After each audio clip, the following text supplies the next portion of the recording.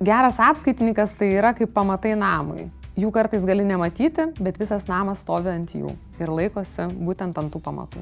Jeigu šiai dienai pasižiūrėsime, nėra nei vienos organizacijos, kurioje nedirbtų apskaitininkas. Pradedant nuo paprasto apskaitininko, kuris tik suveda duomenis, tai iš tikrųjų perspektyvos yra plačios, gali užaugti iki finansų vadovo arba finansų analitiko, kas šiandien dienai yra labai paklausi specialybė, nes finansų analitikai, kurie ne tik tai mato skaičius, bet juose įžvelgia kažkokias tai išvadas, gali padėti priimti sprendimus organizacijos vadovui, yra iš tikrųjų labai reikalingi. Mūsų organizacijoje, Nacionalinėme bendrųjų funkcijų centre, šiandien dirba daugiau negu 300 apskaitos specialistų ir jiems visiems tikrai yra labai daug darbo.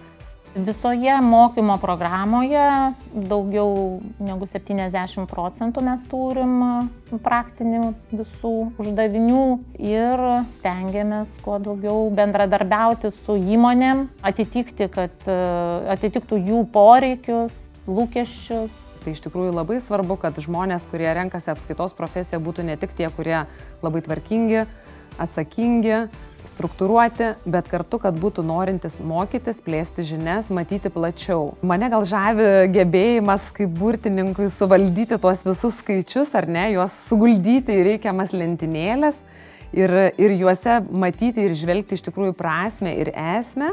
Tu geriau tvarkai finansus, geriau išmanai mokesčių deklaravimą, artimiesiems gali padėti ir aplamai tas suvokimas įmonės mastu, valstybės mastu ir visuomeniniu mastu. Man kaip vadovui gal didžiausias privalumas yra tame, kad iš tikrųjų gali duoti labai daug atsakymų žmogus, kuris valdo apskaitą.